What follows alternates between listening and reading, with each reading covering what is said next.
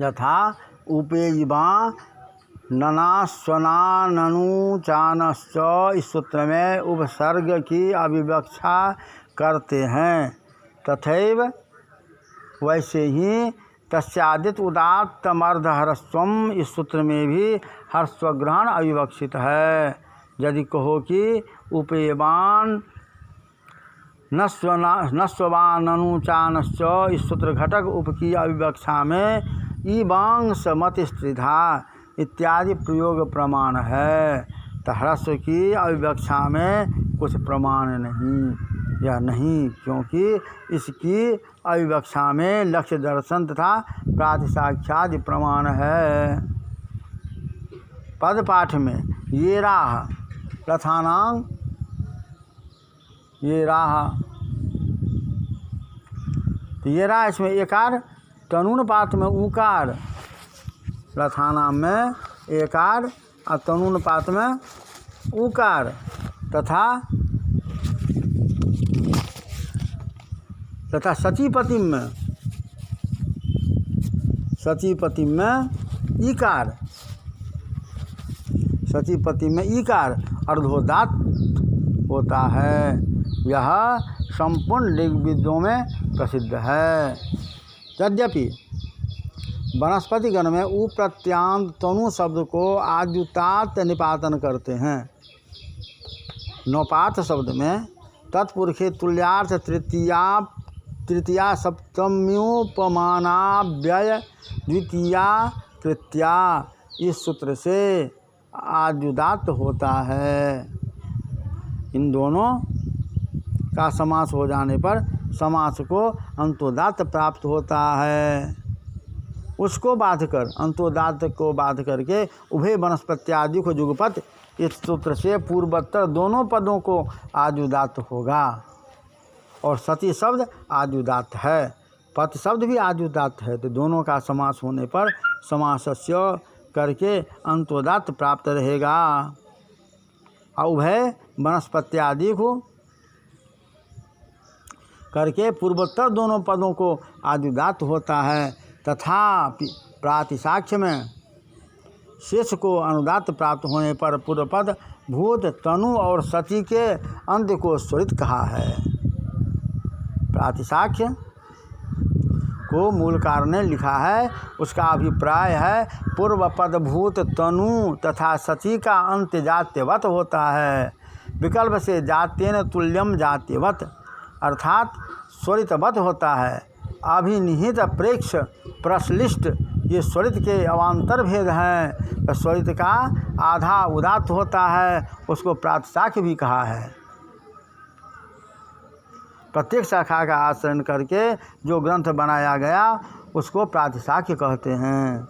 उदात्त तत्व अनुदात्त तत्व को एक में समावेश कर देने पर स्वरित स्वर होता है।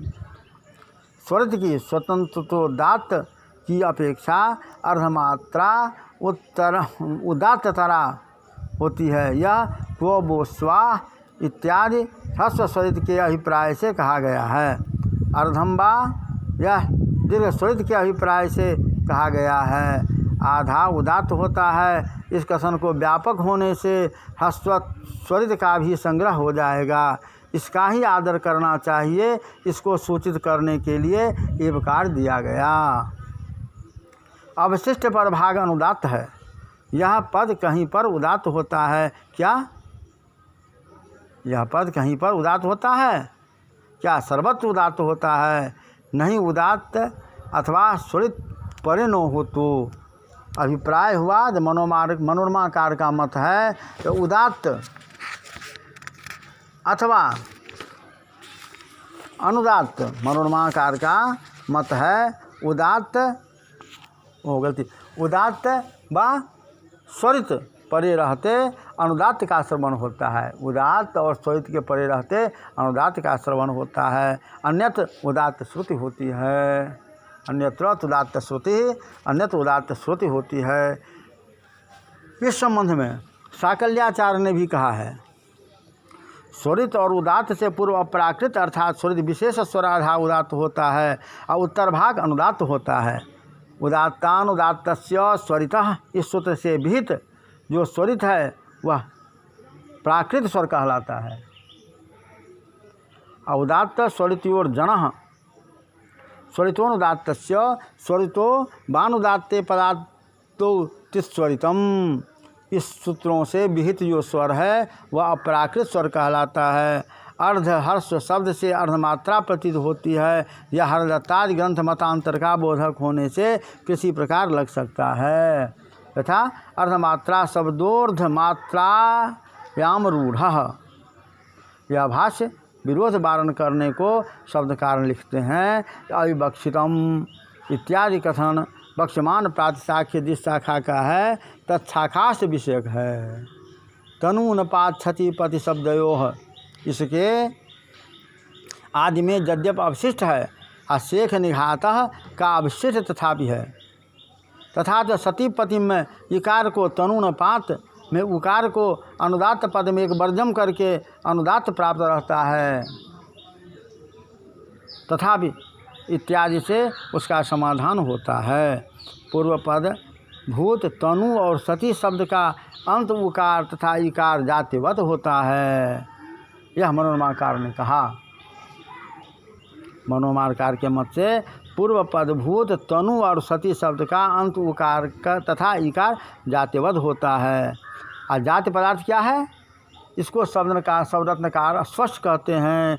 स्वरांतर संबंध बिना ही जो स्वर होता है वह जाति कहलाता है। अर्थात स्वरांतर संबंध बिना ही जो स्वर होता है वह जाति कहलाता है। जैसे क्व यहाँ पर तित स्वरितम से स्वरित हुआ है। तित स्वरितम से होने वाले स्वरित में उदात्ता, तित स्वरितम से स्वरित होने वाले में उदात्ता धनुदात्तस्य, तो उदात्ता उदात्तस्य स्वरितः, उदात्तानुदात्तस्य स्वरितः की तरह स्वरांतर की अपेक्षा नहीं होती। अतः यह जात्य है। उदात्त अथवा स्वरित पूर्व में होने वाला जो स्वरित, उस स्वरित से भिन्न एक पद अर्थात अखंड पद में स्थित स्वरित जाति कहलाता है। तेन तुल्यम तद्वत, अर्थात जाति के सदृश जो जातवत कहा जाता है। और जातवत का अंत उदात्त श्रुतिक होता है। पुनः आगे